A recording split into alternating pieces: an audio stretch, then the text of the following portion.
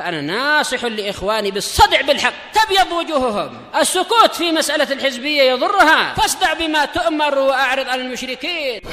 سلامي على دماج ورجالها والشيخ يحيى ودار العلم يا سعد بانيها. Bismillahirrahmanirrahim. Alhamdulillah wassalatu wassalamu ala Rasulillah wa ala alihi wa sahbihi wa man wala ma ba'd. Kita lanjutkan bacaan berikutnya terhadap kitab Miskul Khitam Syarah Umdatul Ahkam yang disyarah oleh Asy-Syaikh Zaid Al-Busabi astabahullah. Sekarang kita masih berada pada Kitabut Taharah yang berkaitan masalah wudu. Kita lihat halaman 72 mengenai mencuci anggota wudu. Kata beliau, idza quti'at al-yaddu au ba'daha. Kalau tangannya sekarang dipotong atau sebagiannya, bagaimana wudunya? Apakah perlu kita usap bagian atas, kita cuci atasnya atau bagaimana? Kesimpulannya barakallahu fiik, kalau yang terpotong itu masih ada anggota wudunya, maka sisanya itu dicuci sebagaimana barakallahu fiik ketika utuh tangannya. Bisa dipahami? Tapi kalau dipotong tangannya itu mungkin siku ke atas, siku ke bawah itu yang enggak ada, maka yang atas enggak perlu dicuci. Karena tempat yang wajib dicuci enggak ada. Itu kesimpulannya. Kita baca aja. Amma idza quti'at min fawqil mirfaqain. Adapun apabila yang dipotong itu di atas dua siku, faqala Ibnu Qudamah saqatal ghusl li adam mahallih. Gugur pencuciannya karena enggak ada tempatnya. Kan yang diwajibkan dicuci kan tangan lengan bawah kan sampai siku. Lah kalau dipotong mulai dari siku ke atas enggak ada tempat lagi yang mau dicuci. Gugur pencuciannya. Nah, wa qala Asy-Syirazi rahimahullah in kana aqta'ul yad wa lam yabqa min mahallil fard syai'un fala fardhu alaih. Masyaallah. Jika tangannya itu terpotong dan tidak tersisa dari tempat yang wajib dicuci sedikit pun, maka enggak ada kewajiban untuk mencuci. Jadi yang atas ini, lengan atas namanya adud ini enggak disyariatkan untuk dicuci. Bisa dipahami ya? Nah, karena bedakan antara sa'id dengan adud. Adud itu lengan atas, sa'id lengan bawah ini. Sa'id. Nah, bedakan. Qala Nawawi hadza muttafaqun alaih. Ini kata Imam Nawawi, ini sudah disepakati para ulama. Jadi kalau tempat yang wajib dicuci enggak ada, berarti tidak ada kewajiban untuk mencuci. Nah, walaupun sisa atasnya. Qala Syirazi wal mustahab an yamas ma baqiya min yad ma'an. Ini juga pendapatnya lemah. Yang sunnah adalah mengusap pakai air tangan yang tersisa tadi. Paham ya? Ini pendapatnya lemah. Hatta la yakhluwal 'adhu min at-taharah, agar anggota badan tersebut atau anggota tangan tersebut tidak kosong dari barakallahu fi kesucian. Qultu as-shawab, kata Syekh Zaid Al-Busabi astabahullah was-shawab, dan yang benar, ini yang benar, annahu la yustahab, enggak disunahkan. Li adami dalil, enggak ada dalilnya. Yang ada dalilnya itu kan suruh mencuci kedua tangannya sampai marafiq, sampai siku. Lah kalau siku ke bawah enggak ada lagi tempat yang diwajibkan situ. Paham? Karena enggak ada dalilnya. Oleh karena itu, misalkan taruhlah qadarullah masyafa'al, ada orang takdirkan tangannya putus atau terpotong, mulai siku ke atas, yang atas ini enggak perlu dicuci. Karena bukan tempat yang wajib dicuci. Bisa dipahami ya? Nah, kita lanjutkan lagi. Wa amma idza quti'at ba'dul yad, ini penting ini.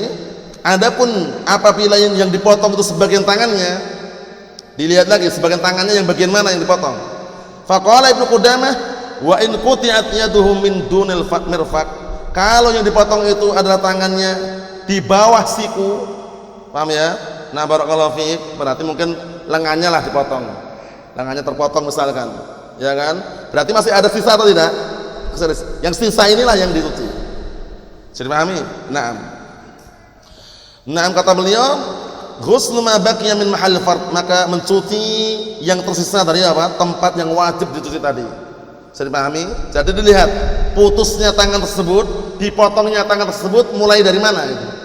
Kalau lengan bawah habis sampai siku ini habis dipotong, pasti pergelangan siku ini dipotong, berarti sisanya yang ke atas ini enggak wajib dicuci.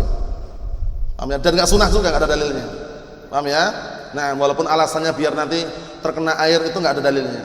Tapi kalau yang terpotong tangannya itu masih apa? Masih ada sisa yang wajib cuci, sisanya itu dicuci.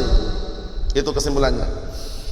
Wa qala Nawawi rahimahullah, idza baqiya min mahall fard syai'un fa innahu yajibu ghusluhu bila khilaf.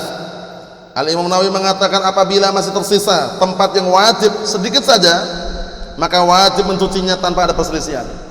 Jadi dilihat lagi yang terputus atau yang putus, yang dipotong tangannya itu yang bagian mana.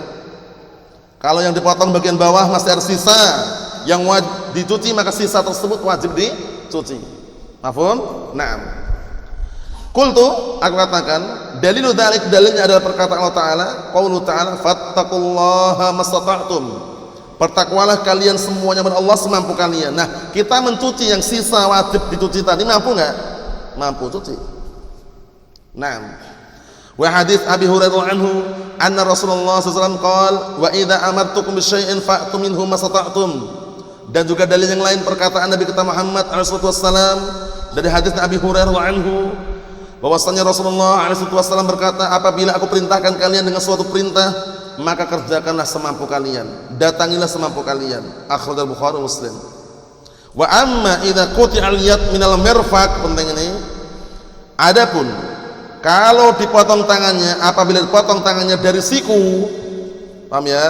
Potong tangannya pas siku dipotong ke bawah. Fal qaul awal, maka pendapat yang pertama, idza quti'at minal mifsal, apabila dipotongnya dari pergelangan ini, misal pergelangan ini, fa innahu yajibu alaihi ghuslu ra'sil 'adud. Ini pendapat pertama ini. Maka wajib mencuci ujung lengan atas. Ini pendapat lo ya, masih pendapat pertama ini, belum yang kuat. Ya, jadi misalkan dipotong pas pergelangan siku ini, nah ujungnya ini dicuci. Ujung lengan atas itu. Nah, padahal yang kita pahami, yang kita ketahui termasuk bagian yang wajib atau tidak? Bukan. Kita lihat. Wa huwa qaulun fi madhhab Asy-Syafi'iyah wal masyhur min madhhab Al-Hanabilah. Ini pendapat dalam madhab Syafi'iyah dan yang masyhur pada madhab Hanabilah. Al-qaul tsani, ini pendapat yang kuat ini. La yajibu alaihi ghuslu ra'sil 'adud. Tidak wajib mencuci ujung lengan atas tadi. Karena ujung lengan atas bukan bagian yang wajib gitu loh. Jadi pahami? Ini pendapat yang kuat ini. Wa huwal qaul tsani Syafi'iyah, ini pendapat yang kedua dari Syafi'iyah. Jadi kadang-kala kalau antum perhatikan dalam pendapat a'immatul arba'ah, kadang ada qaulun jadid, qaulun qadim, qaulun awal, qaulun tsani. Itu wajar. Mungkin pendapatnya yang pertama diralat, kemudian dari pendapat yang kedua, lihat ini. Ini pendapat yang kedua dari Syafi'iyah. Wa aslu qaulain ikhtilafahuma fil marfaq. Sekarang inti dua pendapat tersebut perselisihannya terletak di mana? Masalah siku itu yang mana sih gitu loh. Sehingga mereka berselisih itu siku itu yang mana gitu loh. Yang mereka menjadikan perselisihan itu. Nah, faqila ada mengatakan annahu mustamal al-'azmain admus sa'id wa admul 'adud. Bahwasanya siku itu adalah tempat berkumpulnya dua tulang. Tulang lengan bawah dan tulang lengan atas. Ini di sini. Paham ya? Itu siku ini ma'ruf ya, siku ya. Sikut. Paham ya, ini ma'ruf. Nah. Fa'ala hadza yajibu alaihi ghuslu 'adud. Berdasarkan pendapat ini katanya wajib mencuci tulang lengan atas. Wa qila al-mirfaq admus sa'id. Admus sa'id. Ada juga yang berpendapat di sini, pendapat yang kedua atau makna yang kedua, siku itu adalah apa? Adalah tulang lengan bawah. Ini aslinya masuk lengan bawah, lengan atas nih. Paham ya? Siku ini. Intinya tempat bertemu ini kan, siku ya ini kan ma'ruf ya. Nah, ini. Wa ala hadza, berdasarkan pendapat ini, la yajib alaihi ghuslu 'adud. Enggak wajib mencuci tulang lengan atas. Warrajih, pendapat yang kuat huwal qaul tsani, pendapat yang kedua tadi, enggak wajib mencuci apa? Ujung lengan atas. Karena ujung lengan atas sudah bukan bagian dari siku lagi. Mafhum salah ya? Naam. Sekarang bagaimana kalau dua-duanya dipotong tangannya? Enggak, istilahnya ditakdirkan mungkin kecelakaan, atau mungkin sejak lahir enggak ada tangannya misalkan, atau mungkin dipotong karena operasi atau yang semisalnya.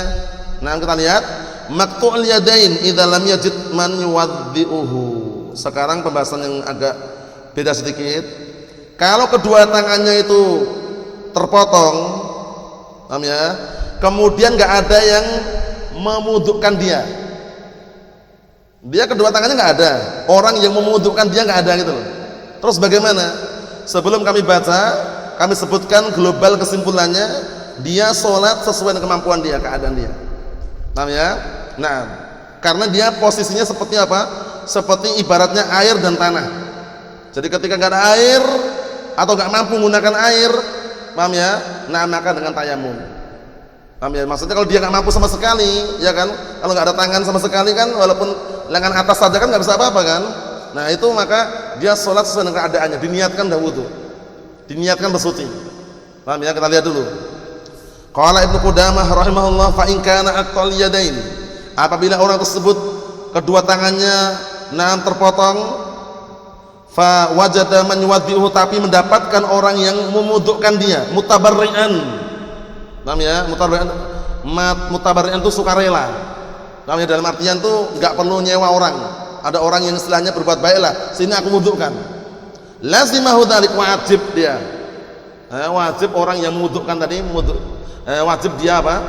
Siap untuk diwudukkan. Kalau mendapatkan orang yang seperti itu. Li'annahu qadir alaihi, karena dia mampu. Wa illam yajid, nah ini pendapat yang perlu diperhatikan ini. Wa illam yajid man yuwaddi'uhu illa bi ajrin yaqdir alaihi. Jika dia tidak menjumpai orang yang memudukkan dia kecuali harus bayar, dan dia mampu bayar, dia orang kaya misalkan, intinya mampu bayar lah, lazimahu aidan, wajib juga. Bisa dipahami ya? Wajib juga mencari orang yang memudukkan dia. Kama yalzamahu syira'al ma', sebagaimana wajib orang membeli air. Air enggak ada, jangan langsung tayamum dulu. Mungkin di tempat dia enggak ada air, di sana masih ada orang jual air, dan dia mampu beli air untuk wudu, gitu maksudnya. Bisa dipahami? Nah, ibaratnya seperti itu. Kita lihat, wa qala Ibnu Aqil yuhtamal alla yalzamuhu. Nah, ada ihtimal lain tidak wajib bagi dia untuk apa? Menyewa orang memudukkan dia. Kama law ajza 'anil qiyam fi shalah. Hal ini sebagaimana halnya kalau seandainya dia tidak mampu berdiri untuk salat. Perlu enggak nyuruh orang lain tolong aku diberdirikan gitu? Dia memang enggak mampu berdiri. Nah, setelah berdiri jatuh sakit. Perlu enggak dia nyewa orang tolong anak diberdirikan gitu? Ini masalah ini pendapat Ibnu Aqil di sini. Kata beliau, lam yalzamhu istijar man yuqimuhu wa ya'tamad wa ya'tamidu alaihi. Lihat ini. Maka enggak mengharuskan dia menyewa orang untuk mendirikan dia dan jadikan sandaran. Sudah pahami? Kalau enggak mampu dengan berdiri, dengan duduk salatnya gitu. Kalau enggak mampu dengan duduk, dengan berbaring. Qultu as-shawab, aku katakan yang benar adalah annahu yalzamu, wajib bagi dia kalau mampu nyewa atau ada orang yang siap untuk memudukkan dia. Ini kalau ada loh ya, dan dia mampu membayar misalkan seperti itu. Nah, tapi kita lihat di bawahnya ini, qala rahimahullah wa in ajaza. Ini berarti sambungan dari atas itu ya. Anil ajr, kalau dia enggak mampu untuk ngasih upah, bayar orang enggak mampu, awalam yakdir ala man yastajiruh, atau dia enggak mampu untuk orang apa? Nah, barakallahu fiik, orang yang dia sewa. Nah, mencari orang yang dia sewa, dia enggak mampu bayar juga. Shalla ala hasabi halih, salat sesuai dengan keadaan dia. Salat sesuai dengan keadaan dia. Ka'adimil ma' wa turab, seperti orang yang tidak mendapatkan air dan apa? Dan tanah. Tanah enggak ada, air enggak ada. Debu yang suci enggak ada, air enggak ada. Terus bagaimana? Ya, salat sesuai dengan keadaan dia. Enggak perlu tayamum, enggak perlu juga apa berwudu. Paham ya?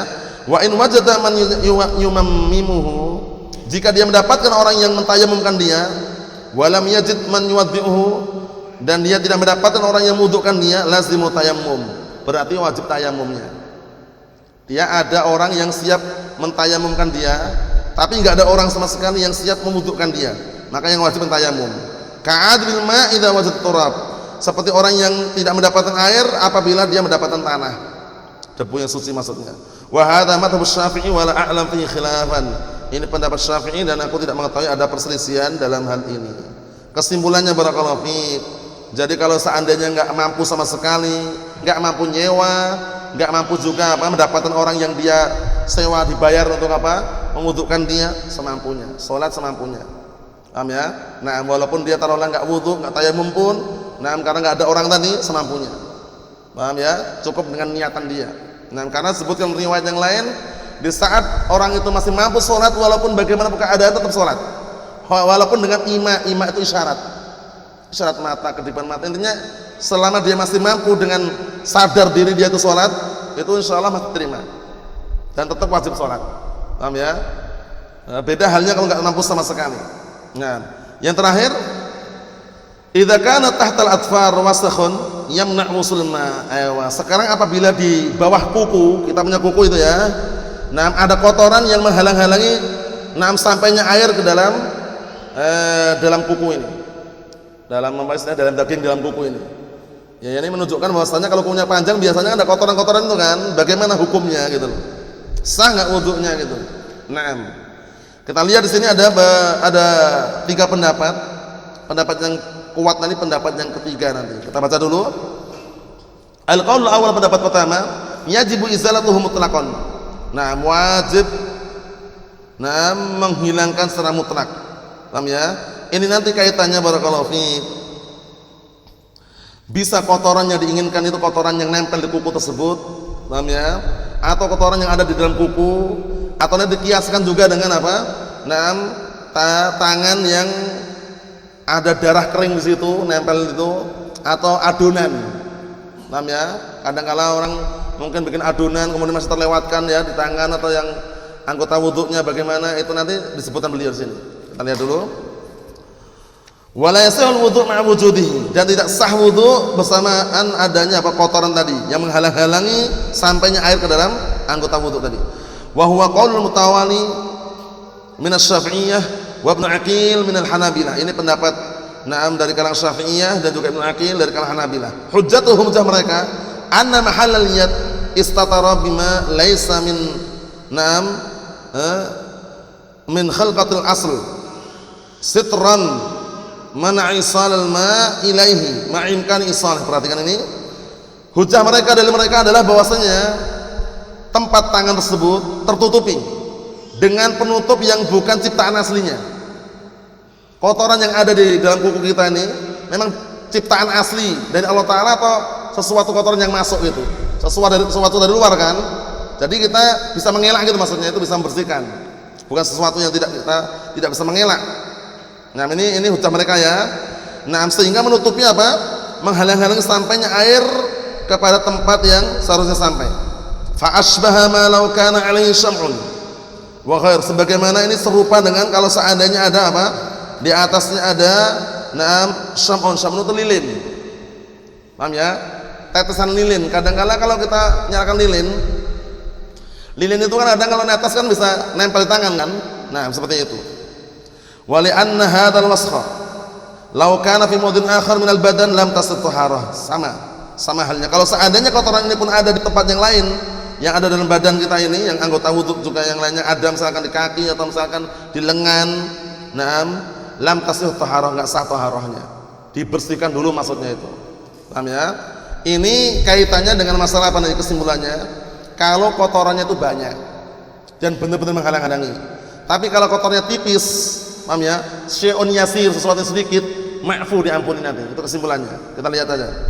Al-qaulu tsani, pendapat yang kedua, la tajibu izalatuhu mutlaqah, tidak wajib menghilangkan kotoran secara mutlak. Wa yu'fa anhu, diampuni. Wa huwa ikhtiyarul Ghazali min asy-Syafi'iyah. Ini pendapat pilihan Ghazali dari kalangan Syafi'iyah. Wa mala ilaihi Ibnu Qudamah, dan Ibnu Qudamah juga cenderung condong terhadap pendapat tersebut. Hujjatuhum, hujjah mereka, anna ghalibal a'rab fi waqtil wahyi kanu la yata'ahaduna dzalik. Karena kebanyakan orang Badui, Arab itu Badui. Pada waktu turunnya wahyu waktu itu, kanu la yata'ahaduna dzalik. Mereka tidak membiasakan seperti itu. Enggak biasakan motong kuku gitu loh istilahnya. Kalau zaman sekarang kan kita banyak kemudahan. Nah, makanya sampai-sampai para ulama difatwakan di antara Syekh Abdul Aziz Ibn Abdul Baz, Syekh Utsaimin rahmatullahi alaih, upayakan kuku itu jangan dipelihara panjang. Paham ya? Bahkan ada di antara mereka mengatakan tasabbuh dengan hewan.